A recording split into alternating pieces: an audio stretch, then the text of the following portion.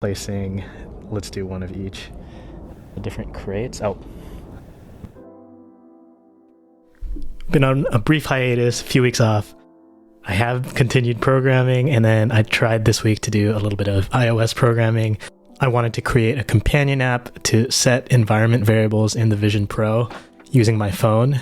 So the variables are stored in Firebase, and then they get synced between the two devices. So if I press on my phone, then it creates something in the Vision Pro. Let's head outdoors for a demo. Okay, I'm back. So a quick demo here. So playing with the crate idea again. It should be grabbing a mesh of the environment, and then when I tap, it should set a location, and I have a phone client, and now I can control it with my phone, or I can place cubes with my phone. So I'm gonna go here. I'll try to place one on her, on Booster here. So I have a few different shaders and textures. So this is the red one, and then let's change it to a green one. Blue, or actually it's like a blue animation. I'll try to put one on that chair there.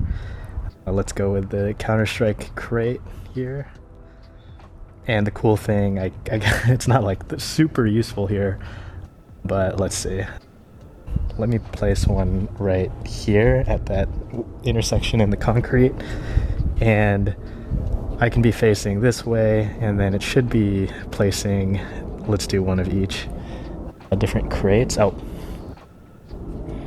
let's see, did I get that? Okay, so there's a blue one, and then hopefully it places a green one on top of it. There we go. And then it tends to explode once I have three of them, because it tries to place one right where the others are.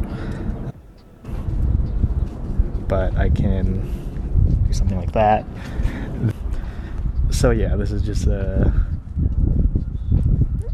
example idea where I'm able to control this with my phone. And then,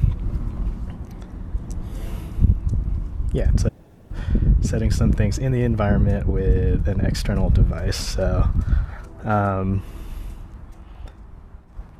keep playing with this. Some more ideas have come to mind, but it's been a while since I made a demo, and I wanted to just kind of get back to it.